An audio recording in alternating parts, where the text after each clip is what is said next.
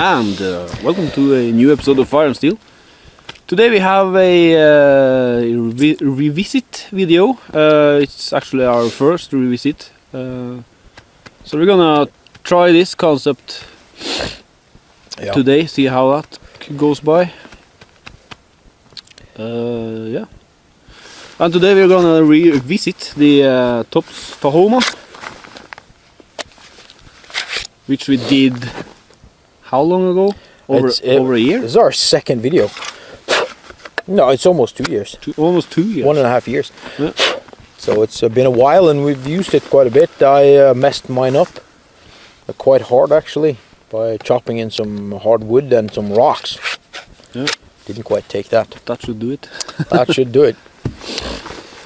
But yeah. Specs. Specs is overlays is 13 and 15 sixteenths of an inch. Is that correct, Snake? Well, that's correct. Cutting edge is 7 and 5 sixteenths of an inch. Thickness is 3 sixteenths of an inch. It weighs 1 pound 2 ounces. It costs $240 on Tops homepage, or 152 on Amazon. It's quite a big difference there. Yeah. You want to do the rest? Blade. The blade is, or the steel, is a 1095 high carbon steel with a hardness of 56 to 58, perhaps. It has a Black River wash finish, a double-edged tip, which means it's a spear tip. It has a notch on the spine, and a thumb ramp has a hole for a lanyard, so you can tie it up as a spear and such. Handle is tan canvas micarta. It has a bow drill divot and a brass inserted lanyard hole. The pommel is a pry bar pommel. It's quite big, and it certainly will work as a pry bar, small one at least. Yeah. And according to our script, the sheath is a fucking garbage. The sheath. It's all that it says. Yeah. The sheath, as you can see, the original sheath is one of these ballistic nylon sheaths with a plastic insert, which isn't even Kydex. It cracks even when I press it. There's a big belt loop, a huge belt loop actually, which is a good thing, and has some lashing holes here and in the middle here. Velcro, again, no button on the Velcro, just Velcro. Hey, wait! You can't choose now, I think. Oh, you can choose now? Yeah, I read something about it. It's about time, I think, that they update a little bit. Yeah, you either can choose or it has both Velcro and... okay. I'm not sure. It should have both, in my opinion. Yeah. Velcro is not reliable over time. In here is that, in the big pocket, is that Tops flute. Again with the train flute. Yep. But it's a big pocket, which you can fit your survival kit or a multi-tool, or I think I used the sharpener in here. I used to have a sharpener here. Some shoelaces. No, this is actually paracord. They did do that right. So this is paracord 5-strand, and some molly webbing on the back, so you can put it on your backpack or whatever. Anyway, it's rubbish. It's shitty. The sheaths we have on these two knives now are a homemade one, made in the same way we made the GSO 4.1 sheaths. Yeah. This is actually the first sheath we made. Yeah, Yep. Yeah, it was. Yep. It turned out pretty good with our not copyrighted dangler. And it never will be. But and I bought one, or actually, well, I don't know. TI Tactical. So it was supposed to be free, but the shipping bled me dry. It has a tack lock on the back, but we're gonna do a review on this one to TI Tactical. Anyway, later. Yep.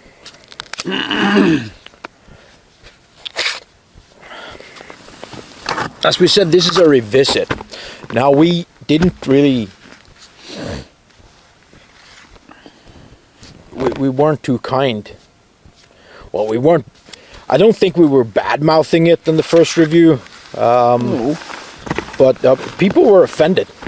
Really offended by the fact that we didn't like it as much as they do. I guess, you know, there are fanboys everywhere. And,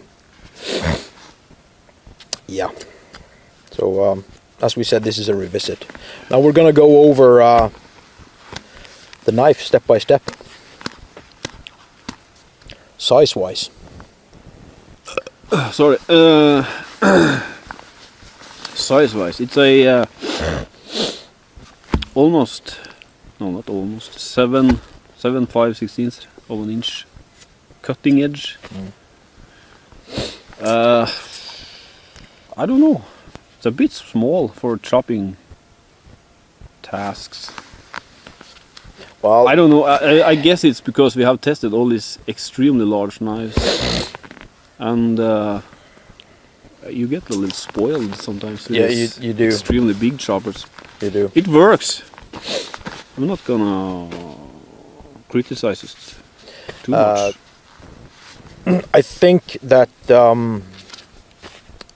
it has a 7-inch cutting edge, but the knife feels like, because of the huge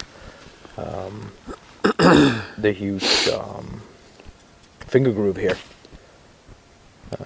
choil, it feels like a 10-incher with the long handle. It does, but it actually is just 8 inches, so it's not a big chopper at all. Which is where it fails, in my opinion. At chopping, it's an okay chopper by all means, but it's just weaker than others out there. The spear tip makes batoning hard. Yeah, the spear tip is not my favorite. No, that's because mainly because I like this position, and it's a bit ugly to put your hand up there and use too much force. definitely. This thing here is used for cutting bones, wire, lifting off the kettle from the fire. Can be used to a lot of different things. I have not found any use for it myself. Me neither. But it's there. Well, the problem with it is it's too low. It's too low. It doesn't stick out. No, but Yeah, it's but how for are you chopping on bone. I've seen a video and it works. It does? It does. I thought you had to drag it across. No, you chop with it like this. So that works. It seems fine. But Learning. again, I have not seen any use for it at all. So it has no... I don't chop bones too much. No, I don't know why I would chop bone, but anyway. I think the coating looks good. My knife looks shitty as hell now, but the coating looks good when it comes out of the box. But it's not a good coating. No. It's weak. It's weak sauce. We're gonna show some pictures of this. Yeah, it rusts like hell through the coating. And the coating wears off really fast. It does. It shows a lot on this tip. We're gonna show pictures of it. Yeah.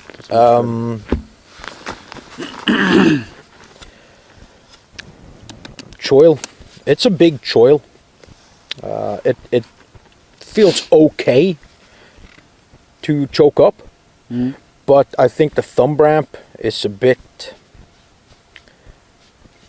It's a bit misplaced, but it works fine for smaller things. The weight distribution makes it a little bit handle heavy for chopping, so it feels better here actually to do smaller things. I would say it's a better small knife than it is a chopper. But then again, it's such a big knife, so why would it be that? But you know, it's a multi-tool knife, if you can call it that. Yeah. And the knife is, by the way, designed by Andy Tran. Yeah.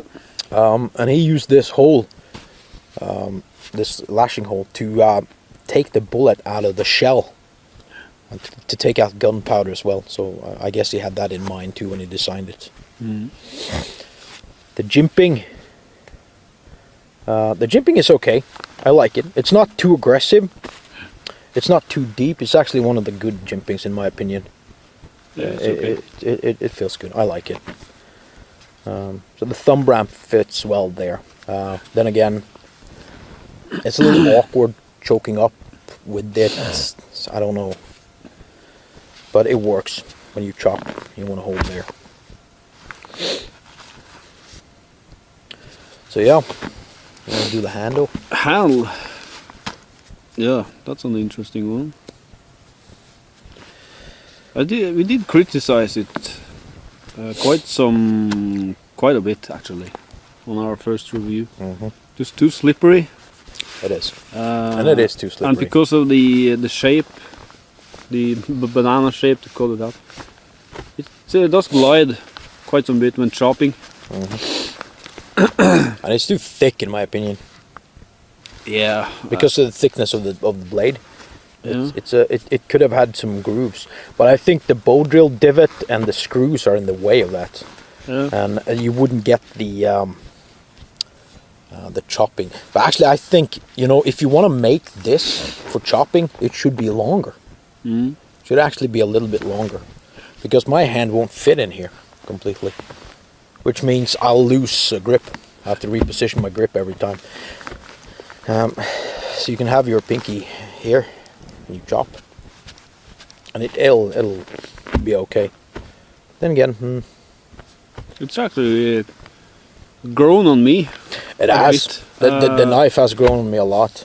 I guess it's because the handle may not be as slippery as it was. I don't know. It's been worn down, yeah. Yeah. Could be. The bow drill divot. I haven't tested bow drilling on this knife. I haven't tested bow drilling in 10, 12 years. So, yeah, I'm not going to start now, because that's going to wear me out.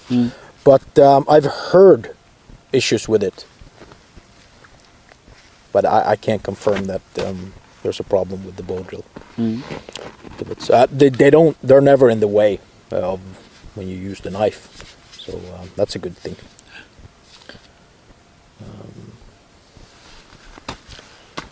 The pommel, I haven't tested the pommel.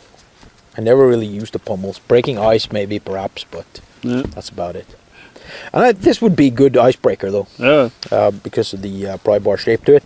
It would break and you can have a controlled chopping into ice. So yeah.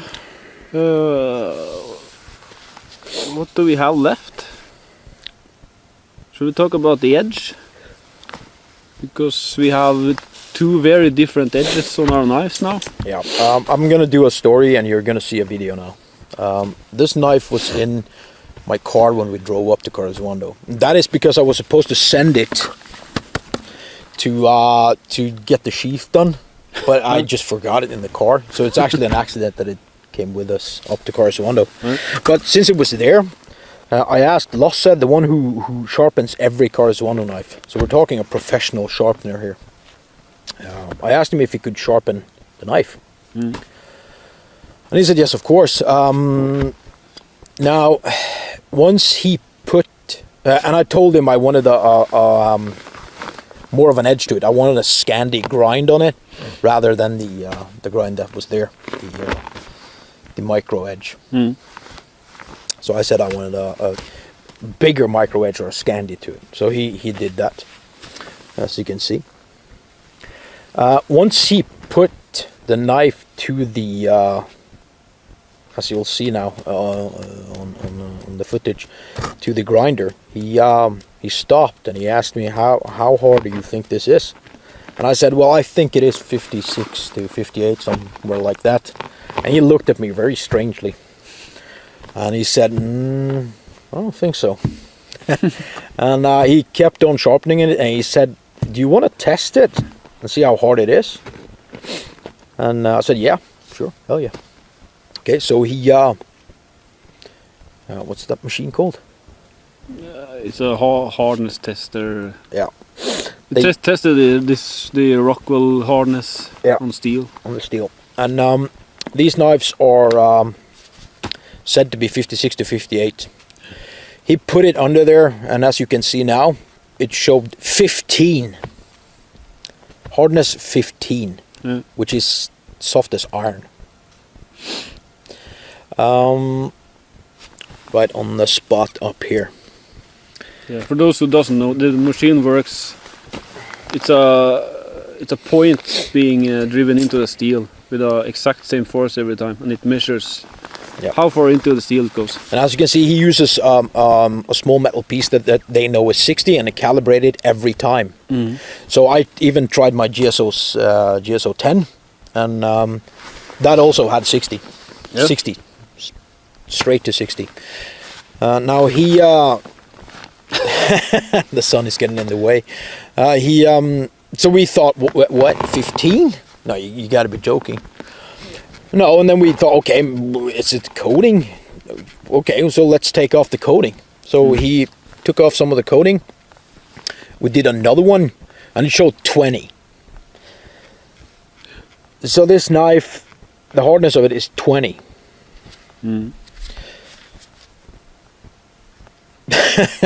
I don't. that is ridiculous in my opinion, and it might be a construction production fault on just this one. I would though recommend those that have it to go test it and see. Yeah, if you can, please do. Yeah, do, and let us know. Unfortunately, I didn't have mine with me, so we couldn't get his tested. But what we have noticed is that I've used it for some time after that, and we've used it now on frozen wood, hardwood, and I can't see any bending or folding in the edge. So one conclusion could be that the edge is harder than the spine. Yeah, because some knives are made that way. The edge is harder than the spine. Yeah, I thought only swords were made that way, but who knows? Yeah. But they usually advertise that shit because it's unique, and it's quite a unique feature on a knife. And we have a hard time believing that Tops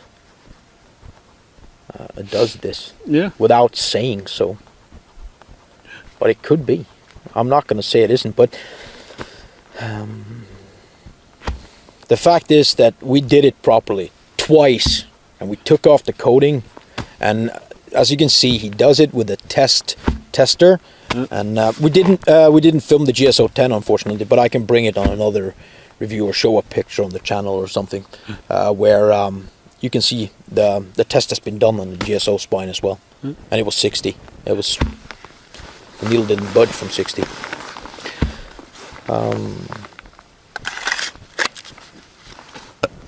So yeah. If you have any comment about this, please let us know.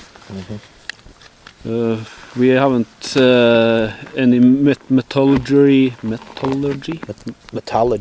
I don't know. Metallurgy. It's a weird word. Metallurgy. Metallurgy degree. So no, by no means. There could be different reasons for it, but he. They do it all the time. Yeah, but the fact that they have a different tempering on the spinal blade doesn't take away the fact that he could feel it when he sharpened it. That's the main problem, which leads us to believe that it is 20 on the edge too, because once he put it to, he felt that the steel came off way too easy, and he said so that there's something wrong here. And he asked me, and because he also reacted to the fact that such a big knife shouldn't be that soft, because it's a little bit too soft, he says, and I agree. But then again, I haven't seen any problems with it when we've used it now in the frozen temperatures, and so it's a bit of a mystery. But it'll be used more, and we'll see what happens. Maybe I'll update it. Will be up in a few months where it's broken or something. I don't know. But, could be. Could be, but I don't think so. But it's weird. Anyway, out of the box, sharpness is not good. No, it's not good. It's way too blunt. It has, it's a thick knife and yeah, I don't like it. That's all I can say. I don't like it. I don't like it. I don't know. It's thick. The first grind starts here, and the second is way down there. So it will hold up for a long time, probably. But I don't know. I want it sharper than this. I am very happy with this. It's sharp as hell, as you can see. It outperforms the stock one by miles. Now, of course, so that would also mean I recommend anyone who has the Tahoma and doesn't know how to sharpen knives, go to a professional one, a butcher perhaps, or if you have someone that works in a knife factory or such a thing, and have them. I would regrind it too, the way I did, because it chops better now. It doesn't. When he chops it, it kind of bounces back. It gets that. This one just cuts in straight in, so it feels a lot better. Yeah. My. Oh yes. Tops Tahoma. Who is it for? Tops fanboys. The end. No. Well, to be honest though,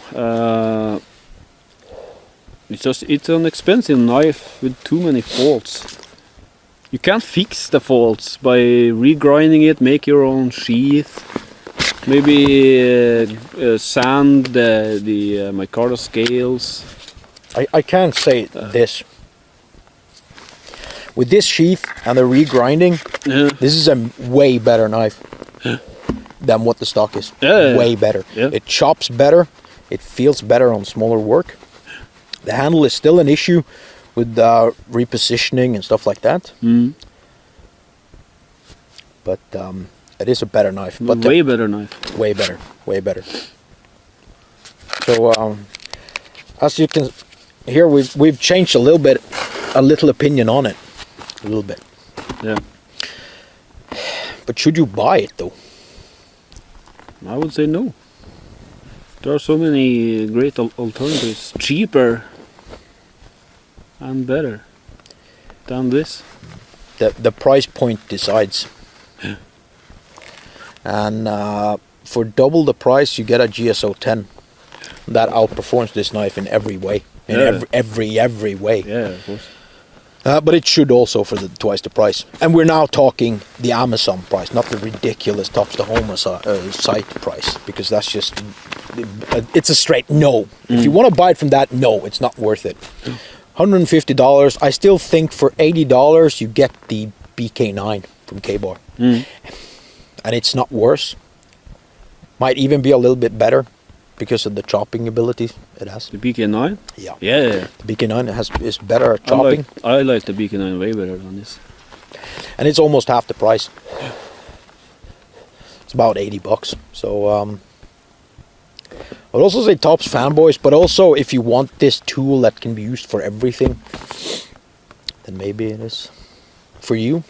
But I would say batoning you can forget. The baton will be destroyed. Although you can buy it with a blunt edge. I don't know how much that helps though. No, it'll still mush up your baton, but it'll work better. You still have to regrind it though, so it'll go easier into the wood. You also have to, in my opinion, do something about the handles. Now, of course, you can put Ranger bands on, or tennis grip tape, or sand it down. But again, stock, non-stock. There's a huge difference between stock and non-stock. Yeah. And I think if you're gonna pay $150, you shouldn't have to do all that stuff with a knife. 100 and below, fine, you can do whatever. But 150, especially if you don't live in the United States, you have to pay taxes on it and shipping. It's not It's not worth it, in my opinion, because you have to make a new sheath too. What are you doing? Oh, the sun is getting closer, Snake. That's what you say. Anyways, also you can. I'm not sure, but I know at least Andy Trans. No, what is it called? Inner Bark something. Inner Bark Outdoors. Outdoors. Yeah, their page also sells the Tahoma, and they have a leather sheath for it, Yeah, I would go to Andy Trans. which cost $150. Does it? Yeah. Then buy the GSO 10. Yeah. But Yep. It's one hell of a sheath, though. I'm gonna. Okay. Yeah, it looks like yes. Okay. Yes, it does indeed. Well then, But $150, I don't know. well then again, if you do the custom things to the knife, regrind it, you fix the handle, you buy that sheath, you have a $300 knife. Maybe it's a lot better. Yeah. Well, I would say the knife hope is a lot better. Yeah. But Sure hope it is. But then again, there for $300, I mean, there's a lot of options. Yeah. There's a lot of options that will give you a great sheath too. So And don't forget the Rockwell test. yeah, You have a $300 knife with a 20 Rockwell harness. might have. Might have. Could be mine is the one in a million. Well, they don't make that many, but the one in 10,000 knives that has that production fault. Could be. Could be. But I don't think so. I think more of them are. And if you know that tops do different hardness, spine versus edge, please let us know. We can't find it. Tops hasn't mentioned it. And if Tops is watching this video, which they probably aren't, please let us know if you do. Because it would be cool to know, because then that's a huge plus. Yeah. Indeed. Is there anything else about the knife? Oh, I think we have covered everything. Buy it if you want a one tool option and you want a more expensive knife. A unique looking knife though. Because I forgot to say, I love the look of it. Yeah. It looks cool. It does. That's why we bought it in the first place. Yeah. It's just that it doesn't perform great as a one tool option in my opinion. Nope. No one tool options does. But it's not a great chopper. It's not a great small handling knife. It's just okay at both. And for that price, I think it should be better. Yeah. So leave your hate in the comments below. And let us know what you think, because we know it's an issue with these Tops knives. I mean, a lot of people love them, but I guess we don't. We hate everyone. Yeah, we actually don't like any Tops. No, Come we haven't think of yet. it. There's always We been didn't something. hate the hatchet though. No, we didn't hate the hatchet. We didn't hate the cub either. We hated the survival kit coming with the cub. Yeah. And the price. Always the Yeah, price. always with the. It's $10.95 with my cart. I mean, how the hell can Trade and Kershaw make the same knives for a fifth of the price? I don't understand. It makes no sense.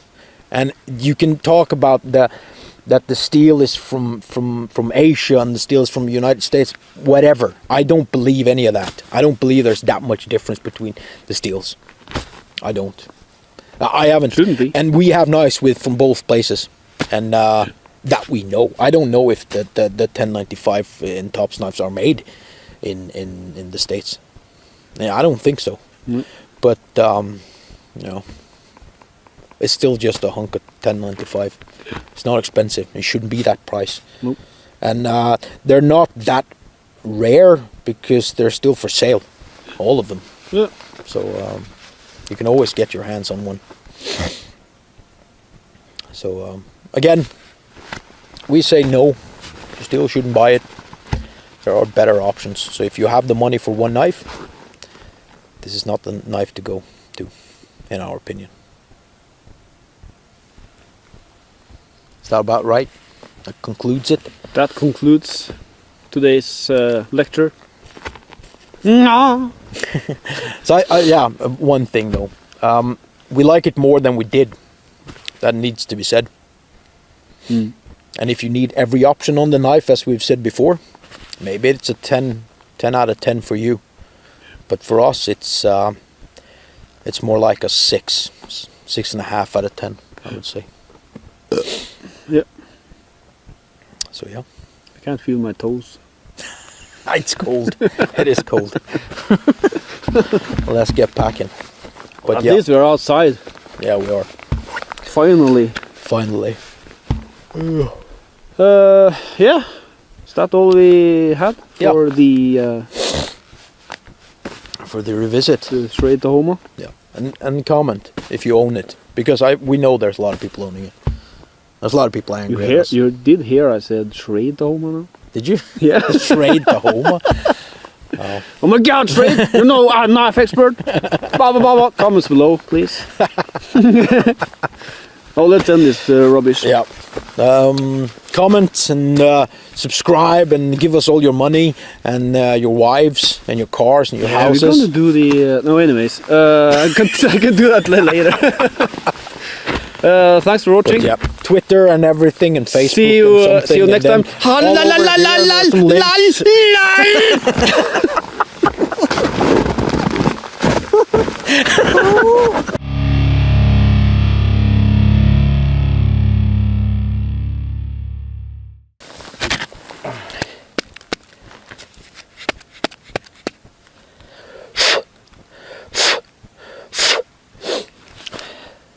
Har du dina då?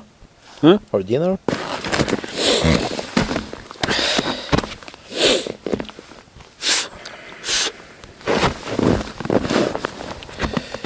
Ja.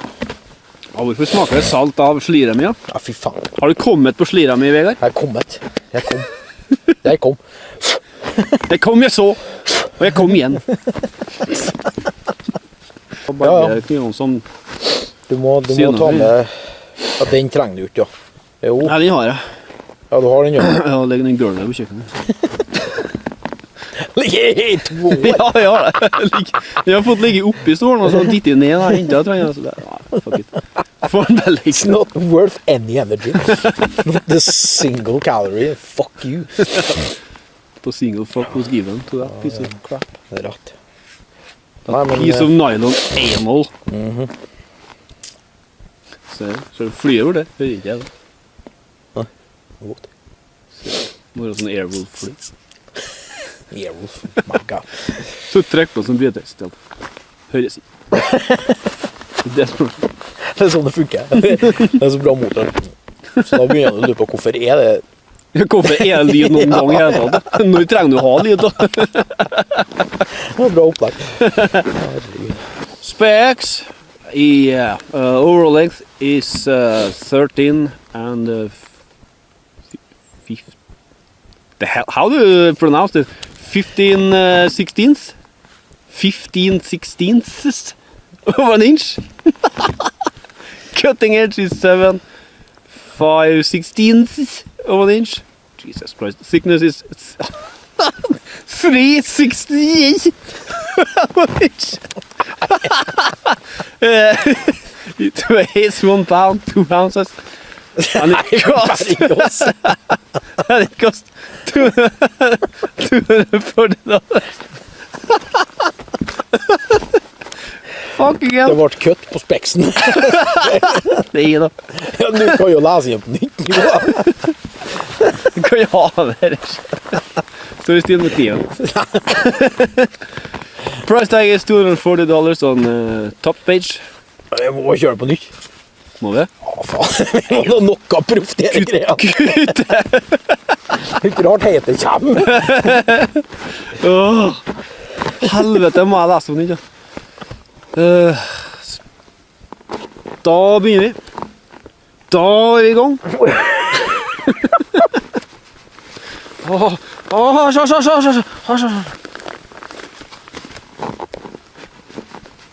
Kydex penis utral. That's the badass futteral. Bare passe.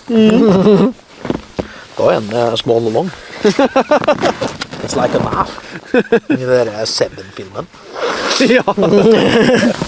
Den strappen. Og ikke noe var det.